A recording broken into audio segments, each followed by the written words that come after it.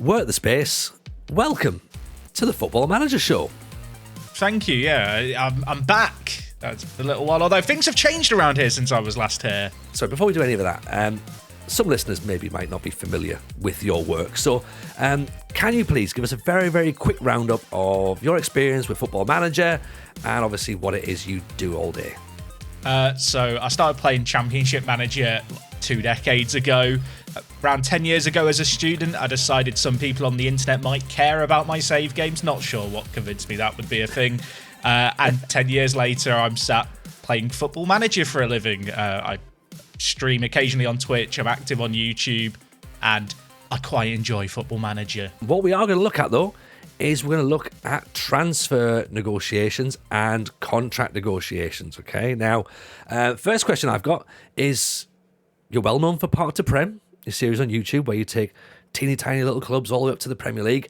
Do you have a preference when it comes to larger Premier League style transfer budgets or the lower / no budgets of the non-league? I'm definitely someone who likes to wheel and deal. I like to be at a club that has no means of making money except selling players on. I feel like there's a weird sick satisfaction you get as a Football Manager player when you bring someone in on a free who's been released from a Premier League club and told they don't have a career at that level, and then you're able to sell them back to, a team of that stature years later for a lot of money. Yeah, I'm a bit like that as well. I'm sort of a glutton for punishment almost, isn't it? Going, you know what? All that money is just a bit of a chore. I'd rather just there's too much pressure with all that. Like if you were to sort of think about like pros and cons though, like what's the pro? Is it obviously, let's say we know it's the challenge, you've got no money, but is there fun to be had? Some people find it fun to be had to go, oh, here's £1 billion, go and buy everybody. I mean, look, like a lot of people last year, indulged in a Newcastle United save of all the money that they have, and it was quite fun. I feel like because I do all these lower league saves, by the time I get to the Premier League, all the real players have kind of retired and stuff. So sometimes it is nice just to go start a save game with one of the giants. Never PSG, though. That's number one rule of Football Manager. Never PSG. And just sign a load of players and just go a little bit crazy. Nice. But I'm kind of the opposite. A lot of people know I'm the opposite. I don't like those long-term saves. I like starting at the top. But even then, I'm still looking to get the best deals if I'm bringing players in. If I'm someone who, when it comes to transfers, just offers the asking price and doesn't do any negotiating, what's your tip that people should start doing? Let's start with the elite money level deals.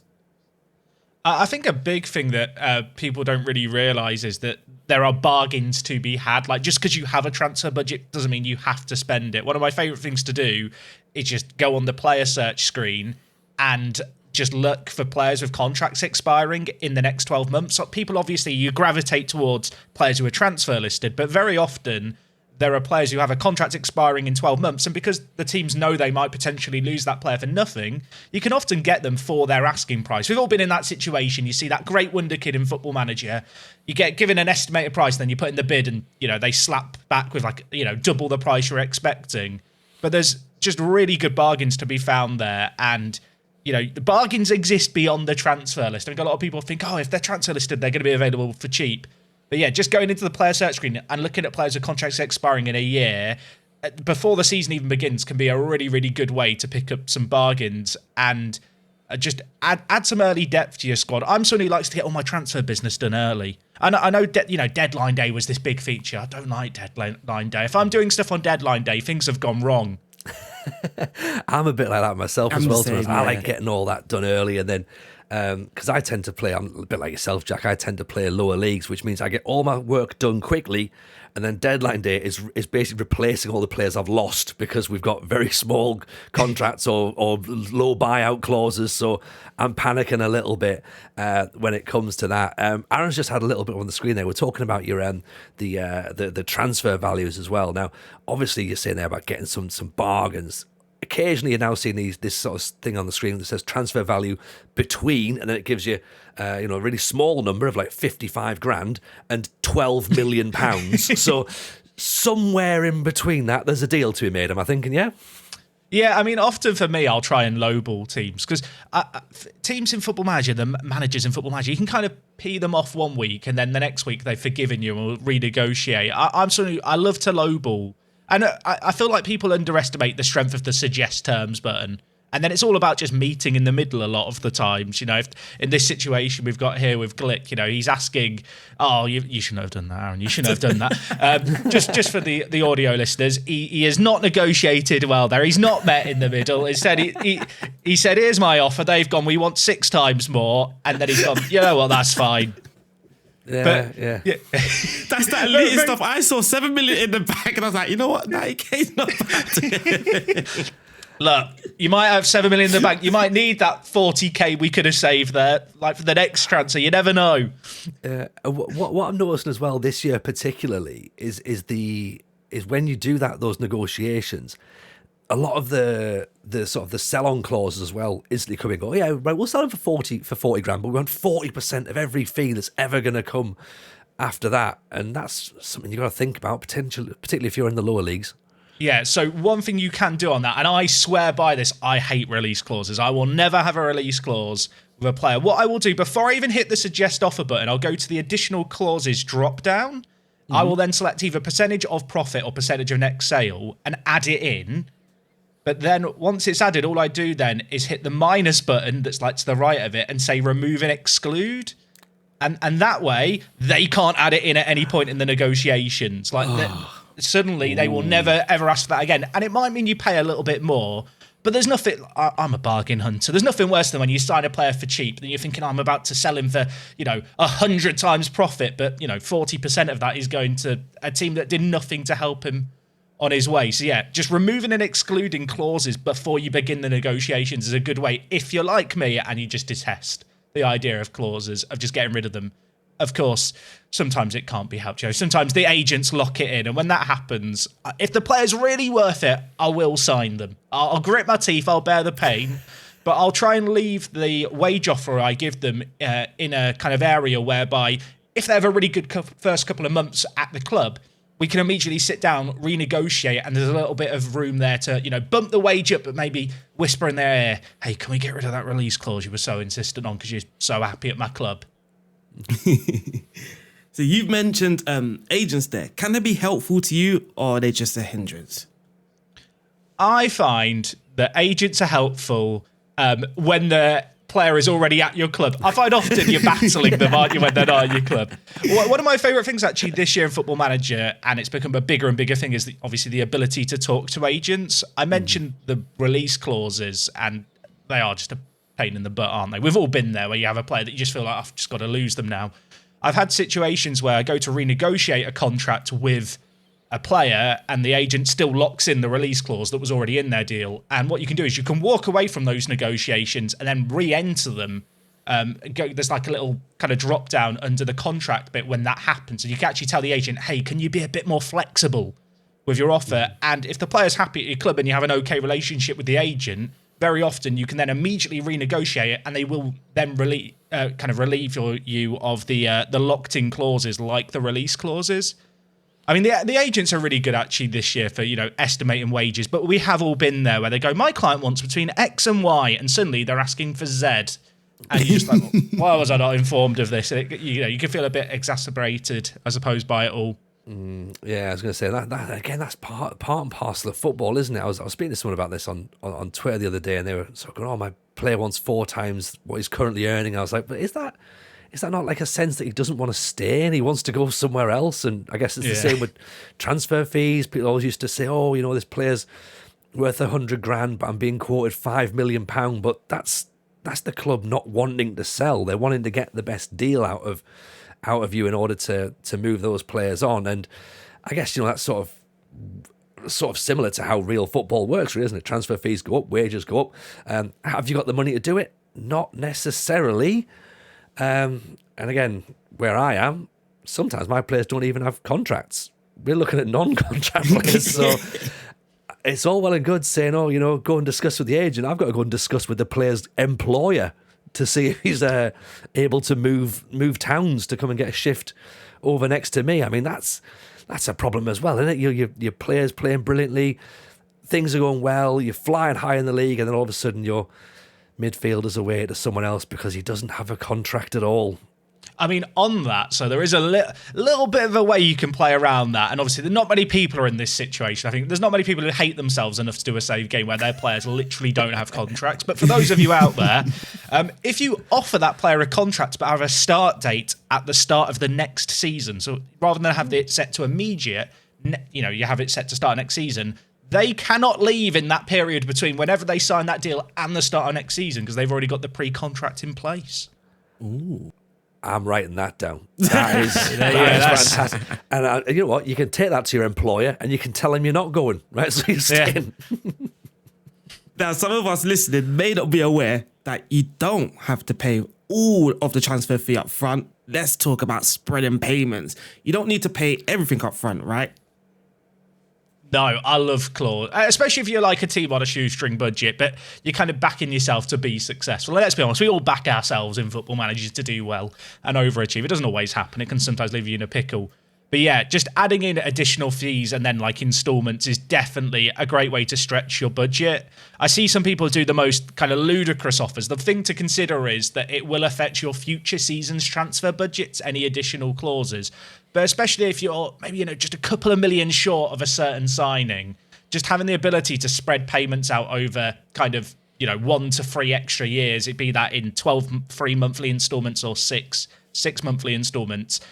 It can be a really, really good way just to free up that budget for that player you're dreaming of. I don't like to kind of rely on it too much because you can find yourself in a situation where in 3 years' time you've got the God squad, everyone's maybe getting a little bit old though, and suddenly your transfer budget is zero because you've been paying £20 million to various teams that have just accumulated over the years.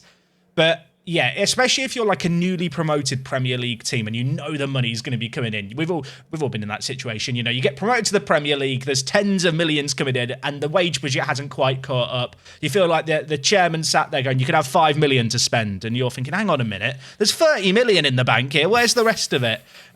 Installments in that kind of instance, go nuts with them because obviously in that kind of situation, staying up is imperative and you will then get the money to be able to afford all those additional clauses down the line.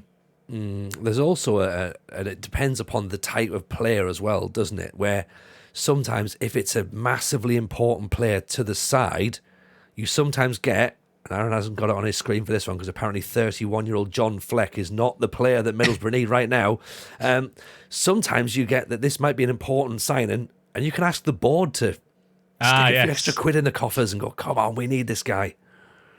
Yeah, I don't know if I'm qualified to talk about this really, because last time I used that button, I accidentally asked the board at Leeds United to sign, I think it was Mbappe, and then I resigned accidentally. If you are going to use that and the board say, we're not doing that, don't threaten to resign and leak it to them. And don't just click through it. Do read it. Take it from a man who has learnt the hard way.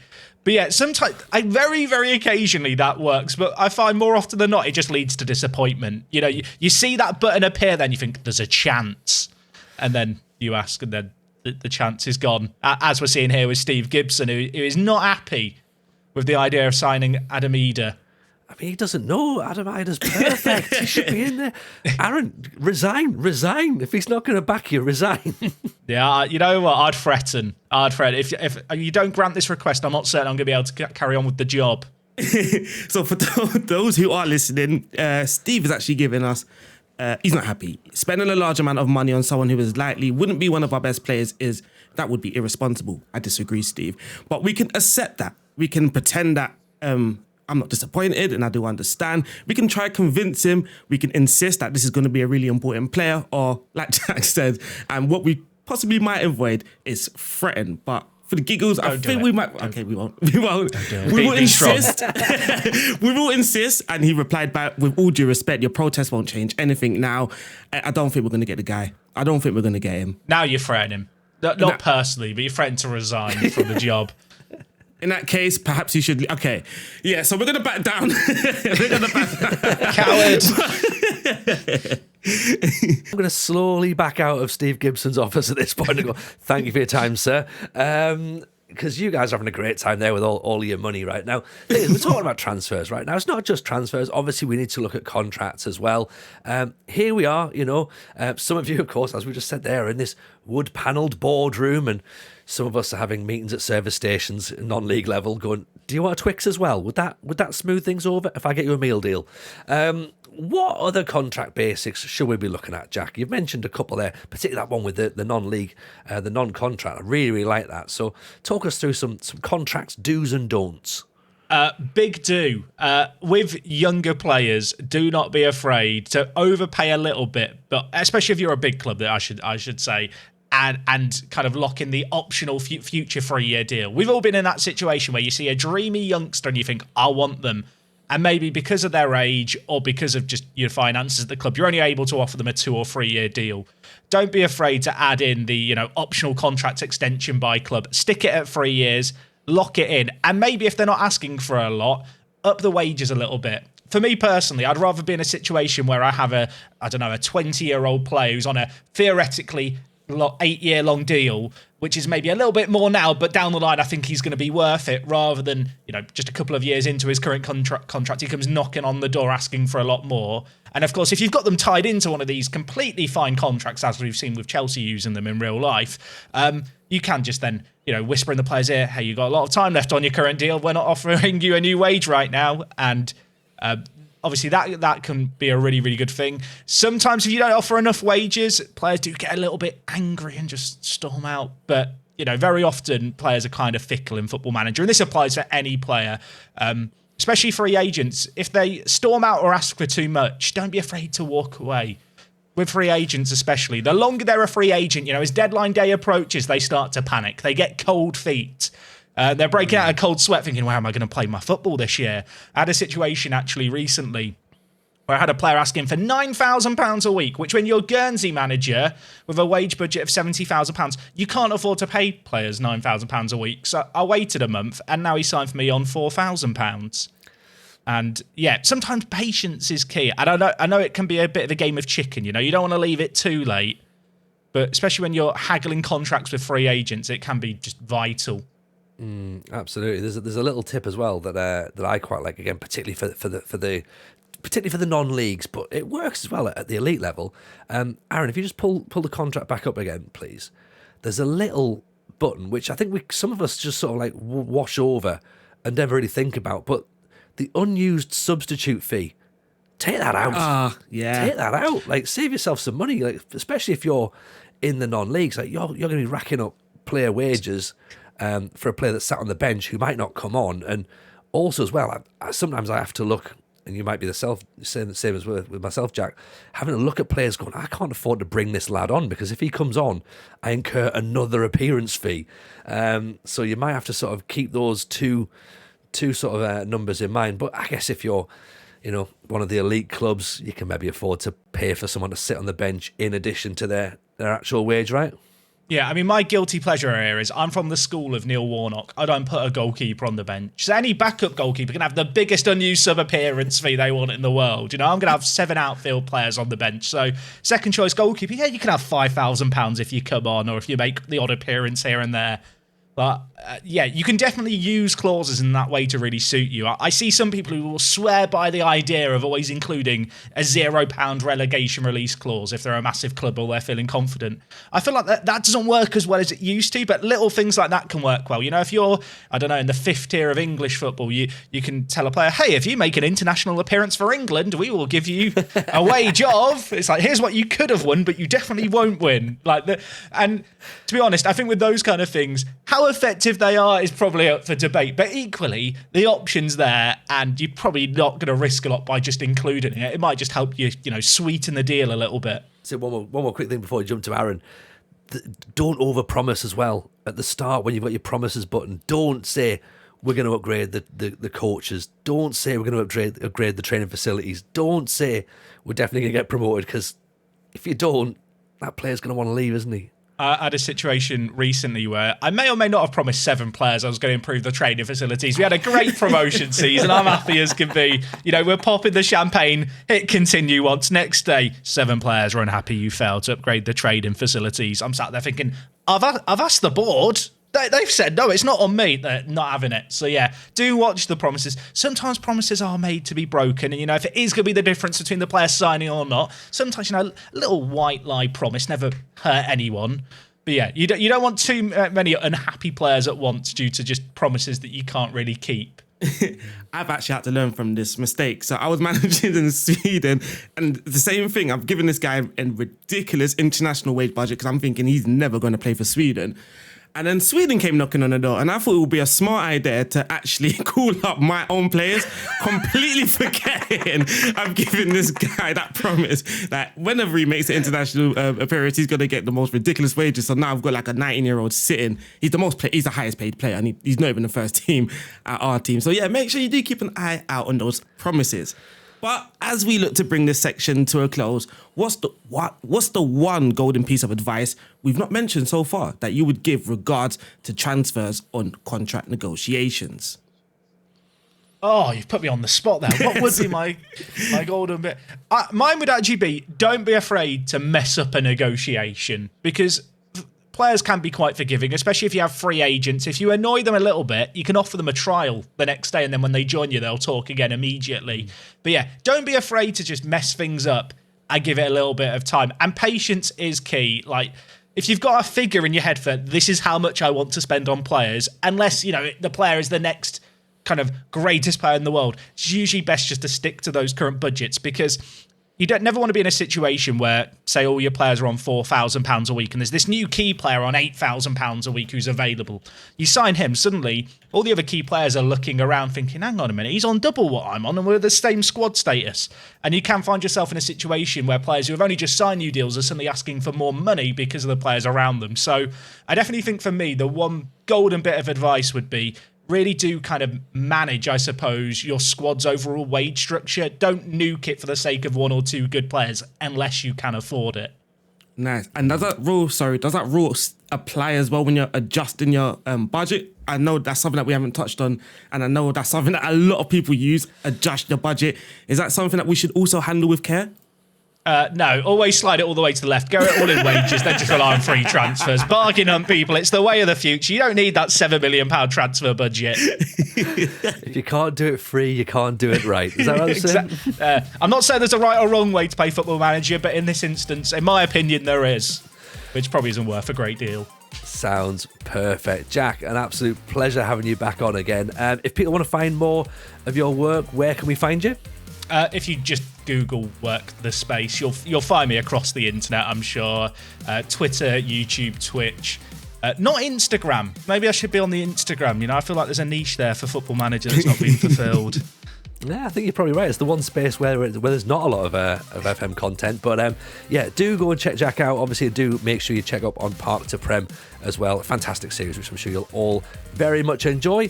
WorkTheSpace. Appreciate your time. Thank you very I'm much. going to go use the bathroom now, if that's okay. Yeah, please feel free, mate. Wash those hands. I will. Sing happy birthday twice.